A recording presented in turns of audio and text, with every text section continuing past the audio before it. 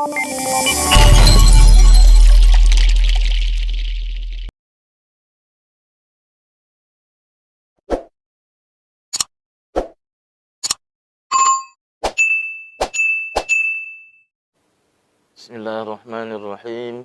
Assalamualaikum warahmatullahi wabarakatuh. Hamdan wa syukran lillah. Salatan wa salaman ala rasulillah. Wa ala alihi wa ashabihi wa mawalah. Raditu billahi rabba. Wa bil islami dina. Wa bi muhammadin nabiyya wa rasulah. Ma'asyiral muslimin wal muslimat. Para pemirsa live streaming Pondok Pesantren Darun Nahdoh Tawalib Bangkinang. Alhamdulillah, senantiasa kita bersyukur kehadirat Allah Subhanahu wa taala sampai pagi yang cerah ini kita masih dalam keadaan sehat walafiat. Kita masih diberi kesempatan dan kekuatan oleh Allah Subhanahu wa taala untuk melaksanakan kehidupan kita dengan sisa-sisa umur yang masih diberikan oleh Allah Subhanahu wa taala kepada kita. Mudah-mudahan dengan sisa-sisa umur itu sebahagiannya di samping kita pakai, kita pergunakan untuk aktivitas duniawi kita, mari juga kiranya sisa-sisa umur yang masih ada itu kita maksimalkan untuk mempersiapkan diri beribadah kepada Allah Subhanahu wa taala, sehingga mudah-mudahan di saat sampainya kita kembali menghadap Allah Subhanahu wa taala, kita kembali dalam keadaan dapat membawa bekal yang sebanyak-banyaknya, dan mudah-mudahan kembalinya kita kepada Allah Subhanahu wa taala kembali dalam keadaan husnul khatimah. Amin ya rabbal alamin. Salawat dan salam kita sampaikan buat junjungan kita Nabi besar Muhammad sallallahu alaihi wasallam.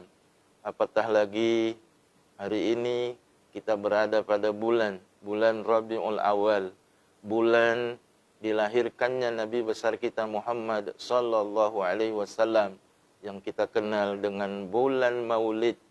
Oleh karena itu tidak ada salahnya salah satu cara untuk kita memuliakan baginda Rasulullah sallallahu alaihi wasallam dengan kita memperbanyak berselawat kepadanya.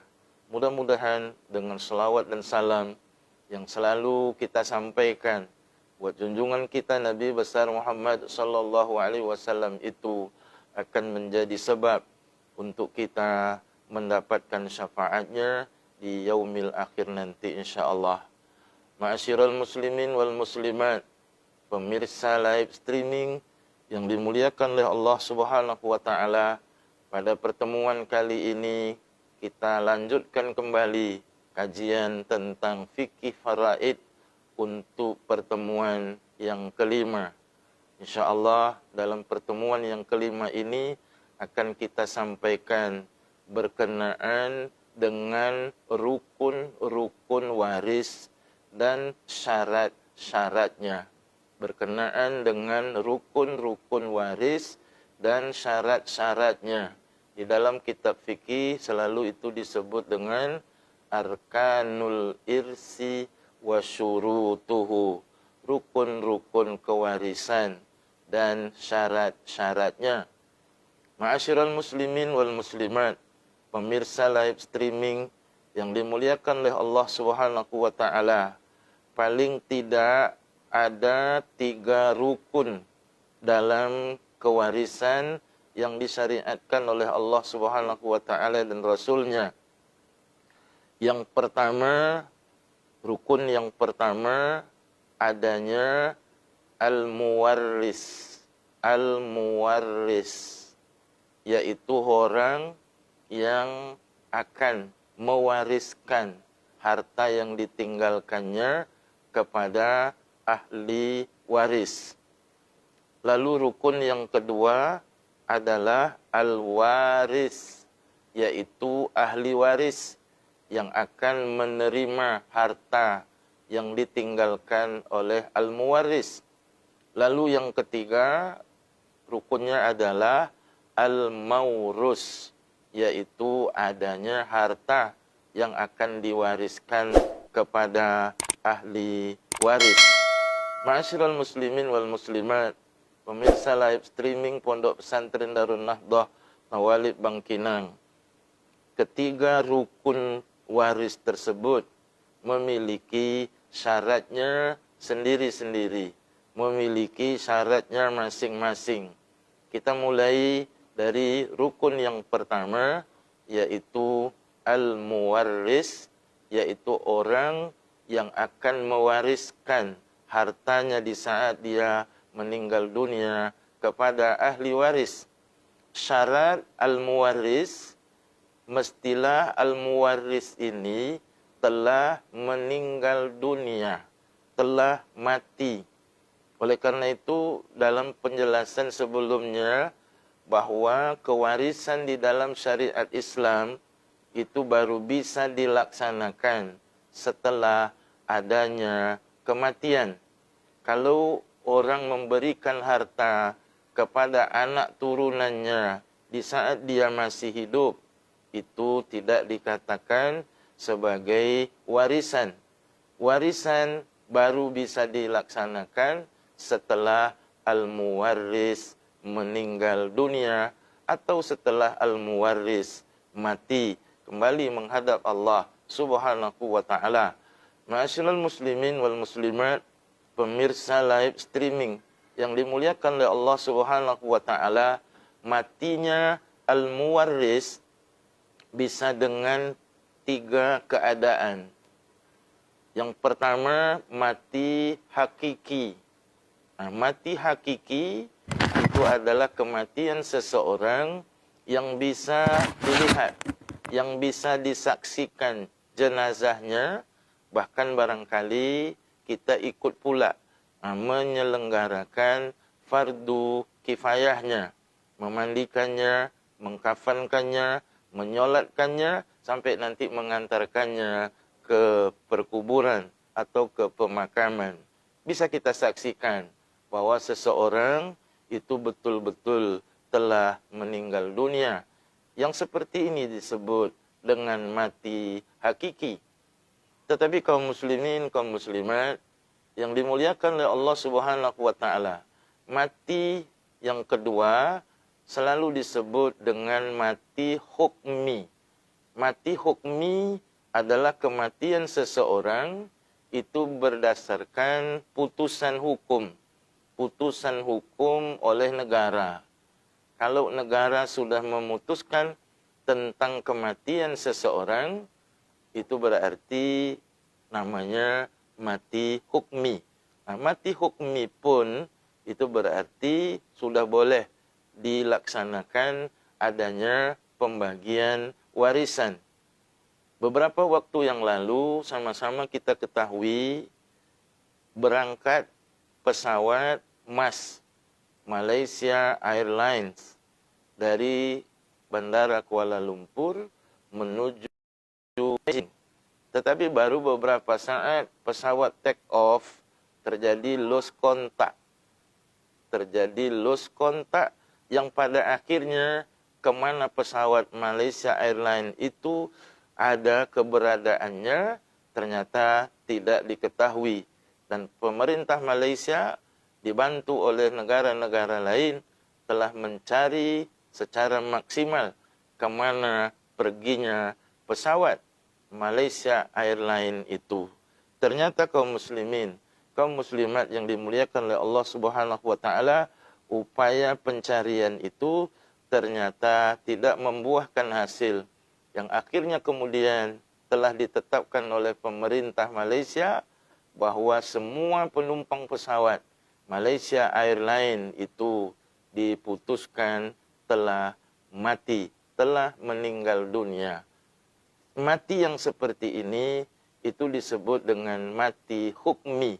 Maka setelah ada putusan hukum, putusan negara tentang kematian, semua penumpang pesawat Malaysia Airlines itu berarti kalau dia mati itu meninggalkan harta, maka hartanya sudah bisa diwariskan kepada ahli waris, termasuk konsekuensi hukum yang lain.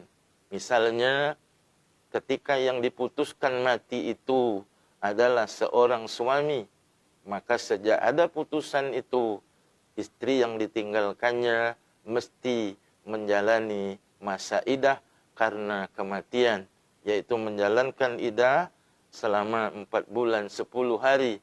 Dan kalau suami yang dihukum mati itu dihukum meninggal dunia itu meninggalkan harta, maka hartanya sudah boleh berpindah kepada ahli warisnya yang masih hidup. Mati yang seperti itu disebut dengan mati hukmi.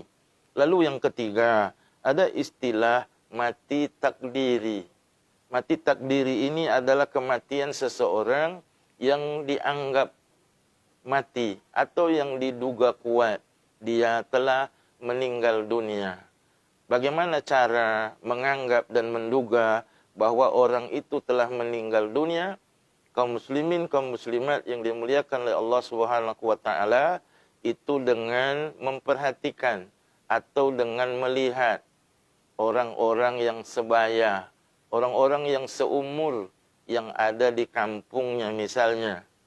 Dalam kenyataannya banyak orang-orang yang kemudian pergi merantau, ya, seperti kalau orang-orang kita di kampung kita merantau ke Malaysia sana bertahun-tahun. Kemudian tidak diketahui apakah kepergiannya di rantauan itu dia masih hidup atau sudah meninggal dunia, itu tidak ada informasi. Dan itu sudah dalam rentang yang sangat lama misalnya. Oleh karena itu boleh kita menduganya telah mati. Ya, menduganya telah mati kalau orang-orang yang seumur dengannya, yang ada di kampungnya itu, semuanya sudah pada meninggal dunia. Mati yang seperti ini bisa dikatakan dengan mati takdiri. Kalau sudah diduga dia mati, kalau dia meninggalkan harta, maka hartanya telah bisa dilakukan, dibagikan kepada ahli warisnya yang masih hidup. Ma'asyiral muslimin, para pemirsa live streaming yang dimuliakan oleh Allah Subhanahu wa taala. Lalu rukun waris yang kedua, adanya al-waris, adanya ahli waris. Nah, ahli waris disyaratkan bahwa dia dalam keadaan masih hidup di saat al-muwarris meninggal dunia. Seorang anak menjadi ahli waris dari harta yang ditinggalkan oleh ayahnya atau harta yang ditinggalkan oleh ibunya, dia baru bisa menjadi ahli waris kalau di saat ayahnya meninggal atau di saat ibunya meninggal, dia masih dalam keadaan hidup. Itu artinya kalau seorang anak lebih dulu meninggal dari ayahnya atau lebih dulu meninggal dari ibunya, maka dia bukanlah ahli waris di saat ayahnya meninggal dunia nanti atau di saat ibunya meninggal dunia nanti, karena dia telah lebih dulu meninggal dunia dibandingkan dengan ayah atau ibunya. Persoalan mempersyaratkan bahwa ahli waris masih hidup bisa juga sama dengan mati. Bisa hidup itu secara hakiki, bisa seorang itu dihukum hidup secara hukum, atau orang dihukum masih hidup dengan cara takdiri tadi, ya, memperhatikan orang-orang yang seumur dengannya, semuanya masih pada hidup, maka orang yang hilang atau yang mafqud atau yang pergi merantau yang tidak jelas apakah dia mati atau telah meninggal, apakah dia masih hidup, apakah telah meninggal dunia, itu bisa dihukum dengan memperhatikan orang-orang yang seumur dengannya. Kalau orang-orang yang seumur dengannya semuanya masih hidup, itu berarti yang mafqud, yang hilang, bisa dihukumkan bahwa dia masih hidup. Terkait dengan syarat hidup ini, di dalam hukum faraid juga ditetapkan anak yang ada di dalam rahim ibunya.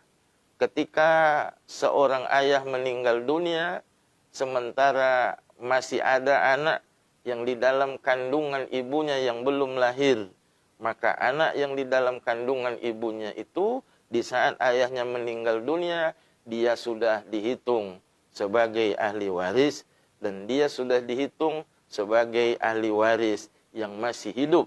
Berarti anak yang di dalam kandungan ibunya diperhitungkan sebagai ahli waris sekalipun dia belum lahir ke dunia fana ini. Ma'asyiral muslimin wal muslimat yang dimuliakan oleh Allah Subhanahu wa taala, kalau janin yang ada di dalam rahim ibunya dihitung sebagai ahli waris, nah dia mesti dihitung sebagai ahli waris yang laki-laki. Dihitung sebagai ahli waris yang laki-laki, bukan dihitung atau ditetapkan sebagai ahli waris perempuan. Artinya, hak kewarisannya itu adalah hak kewarisan laki-laki. Nanti kalau dia lahir ternyata laki-laki, itu berarti tinggal menyerahkan hak warisnya. Tetapi kalau kebetulan dia nanti lahir sebagai bayi perempuan, maka hak warisnya yang tadi sudah ditetapkan sebagai ahli waris laki-laki tinggal mengurangi saja harta warisan yang dia terima, lalu sisanya tentu diberikan kepada ahli waris yang lain. Ma'asyiral muslimin wal muslimat, para pemirsa live streaming Pondok Pesantren Darun Nahdhah Tawalib Bangkinang yang dimuliakan oleh Allah Subhanahu wa taala, kalau dia dihukum sebagai bayi perempuan dan ditetapkan sebagai ahli waris perempuan, kalau ternyata nanti lahirnya laki-laki, nah ini akan kesulitan untuk mencukupkan hak warisnya, ya, untuk mencukupkan hak kewarisannya, sebab tadi sudah ditetapkan perempuan tetapi ternyata yang lahir laki-laki. Oleh karena itu bayi dalam kandungan ibunya itu ditetapkan dulu dia sebagai ahli waris laki-laki. Ma'asyiral muslimin wal muslimat, pemirsa live streaming yang dimuliakan oleh Allah Subhanahu wa taala. Lalu kita masuk rukun yang ketiga. Rukun yang ketiga adalah al-maurus, adanya harta yang ditinggalkan oleh pewaris, oleh al-muwarris. Harta peninggalan si mati baru bisa dikategorikan sebagai al-maurus, sebagai harta yang bisa diwariskan kepada ahli waris. Tentulah harta yang sudah tidak ada lagi keterkaitannya dengan hak-hak orang lain. Oleh karena itu sebelum harta pewaris itu berpindah tangan kepada ahli warisnya yang masih hidup, maka terlebih dahulu penyelesaian hak-hak yang terkait dengan harta yang ditinggalkan oleh si mati. Apa misalnya hak-hak yang terkait dengan hutang yang ditinggalkan oleh si mati. Baik hutangnya itu menyangkut hutangnya dengan Allah Subhanahu wa taala, seperti zakat yang belum ditunaikan, seperti hutang dengan Allah yang haji belum terlaksanakan, sementara dia sudah punya kemampuan sebenarnya untuk melaksanakan ibadah haji. Paling tidak dia mungkin sudah mendaftarkan untuk berangkat melaksanakan haji. Tetapi karena antrian hajinya panjang, lama, maka dia lebih dulu kembali menghadap Allah Subhanahu wa taala, maka sebagai ahli waris itu menjadi hutang yang harus dia tunaikan dengan cara membadalkan hajinya. Bagaimana membadalkan hajinya? Ya tentu dikerjakan oleh ahli warisnya atau diupahkan untuk orang mengerjakannya. Semua pembiayaan tentu diambil dari harta yang ditinggalkannya, karena itu menjadi hutangnya dengan Allah Subhanahu wa taala. Atau menyangkut harta warisan itu dengan hak-hak sesama manusia. Misalnya ada hutang dengan sesama manusia, atau ada wasiat yang ditinggalkannya terkait dengan hartanya itu, maka sebelum warisan dilaksanakan, harta-harta yang ditinggalkan oleh si mati itu mesti terlebih dulu diselesaikan kewajibannya, yaitu membayarkan hutang-hutangnya, baik hutang dengan Allah maupun hutang dengan sesama manusia. Atau kemudian ada wasiatnya, maka selesaikan wasiat itu dulu untuk dilaksanakan. Kalau semuanya sudah selesai, ada bersisa harta yang ditinggalkan oleh si mati, itulah yang disebut dengan al-maurus. Itulah yang disebut sebagai harta warisan yang menjadi hak semua ahli waris untuk mendapatkannya. Ma'asyiral muslimin wal muslimat, pemirsa live streaming yang dimuliakan oleh Allah Subhanahu wa taala, pelaksanaan hukum kewarisan itu baru bisa kita lakukan ketika telah memenuhi ketiga rukun waris dan memenuhi syarat-syaratnya. Ma'asyiral muslimin wal muslimat, pemirsa live streaming, itu yang bisa disampaikan pada sesi ini yang terkait dengan rukun-rukun kewarisan dan syarat-syaratnya. Dengan terpenuhi rukun dan syaratnya itu, berarti pelaksanaan kewarisan telah dapat dilakukan. Mudah-mudahan bermanfaat. Subhanakallahumma wa bihamdik, asyhadu an la ilaha illa anta, astaghfiruka wa atubu ilaik. Billahi taufiq wal hidayah. Wassalamualaikum warahmatullahi wabarakatuh.